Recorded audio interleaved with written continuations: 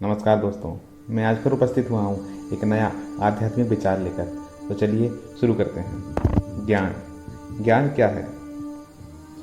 ज्ञान है बाहरी विषयों का आत्मसात। यह व्यक्ति को स्थूलता से सूक्ष्मता की ओर ले जाता है, अर्थात जहाँ इस प्रकार की मानसिकता पाई जाती है उसे ज्ञान कहा जा सकता है, और जहाँ यह नहीं है वहाँ ज्ञान नहीं है। ज्ञान का आधार क्या है? जहाँ ज्ञान भौतिक है वहाँ ज्ञान का आधार मन है। जहाँ यह संपूर्णतः आध्यात्मिक है वहाँ इसका आधार आत्मा है। ज्ञान मन को आत्मा के साथ संयुक्त करता है,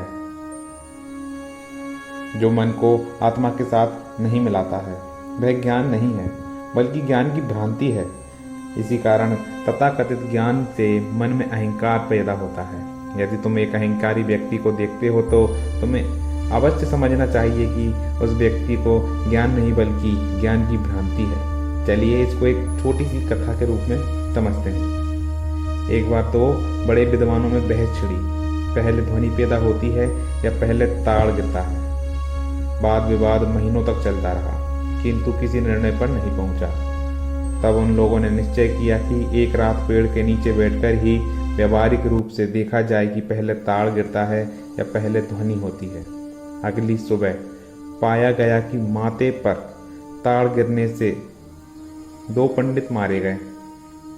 अतः यह तथाकथित ज्ञान बिल्कुल ज्ञान नहीं है, बल्कि ज्ञान की भ्रांति है, जो तुम निश्चय ही अर्जित करना नहीं चाहोगे। प्रथम स्तर में मन स्वयं ज्ञान का आधार है। प्रथम स्तर में मन स्वयं ज्ञान का आधार है। कौरवों और पांडवों के बीच युद्ध के समय कौरवों को युद्ध का परिणाम समझाने की बहुत चेष्टा की गई। यहाँ तक कि युधिष्ठिर ने उन लोगों में परिवर्तन लाने के लिए भगवान से प्रार्थना की। वहाँ परमात्मा की अनुकंपा भी थी, किंतु जड़ भाव होने के कारण वे इसको समझ नहीं सके। हाँ, अर्जुन के गांडीव की तलवार से आसानी से समझ सके थे। इसलिए अविकसित मन भौतिक शासन से ही शासित होता है, अन्य से नहीं। सांसारिक ज्ञान अपने भौतिक स्तर में भौतिक मानसिक होता है और इसके बाद मानसिक। जब इस ज्ञान को भौतिक जगत में कार्यान्वित किया जाता है तब यह मानसिक भौतिक होता है। इस ज्ञान का भौतिक जगत में अल्प मूल्य है, किंतु इसका मूल्य बदलते रहता है। जो सिद्धांत आज पसंद किया जाता है वह कल बदल जाता है। तब यथार्थ ज्ञान है। यथार्थ ज्ञान उस सत्ता का ज्ञान है जिसमें देश, काल और व्यक्ति में परिवर्तन से भी उनमें कोई परिवर्तन नहीं है। इस जगत में सभी सकारण है, अर्थात कार्य कारण का परिणाम होता है और कारण का परिणाम कार्य होता है।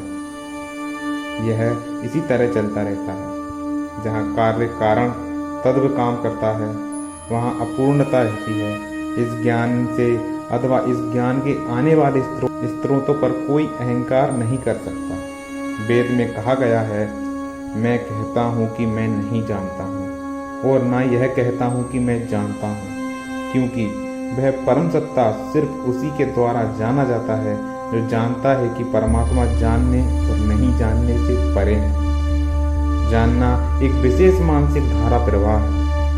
परम सत्ता देश, काल, व्यक्ति से परे है।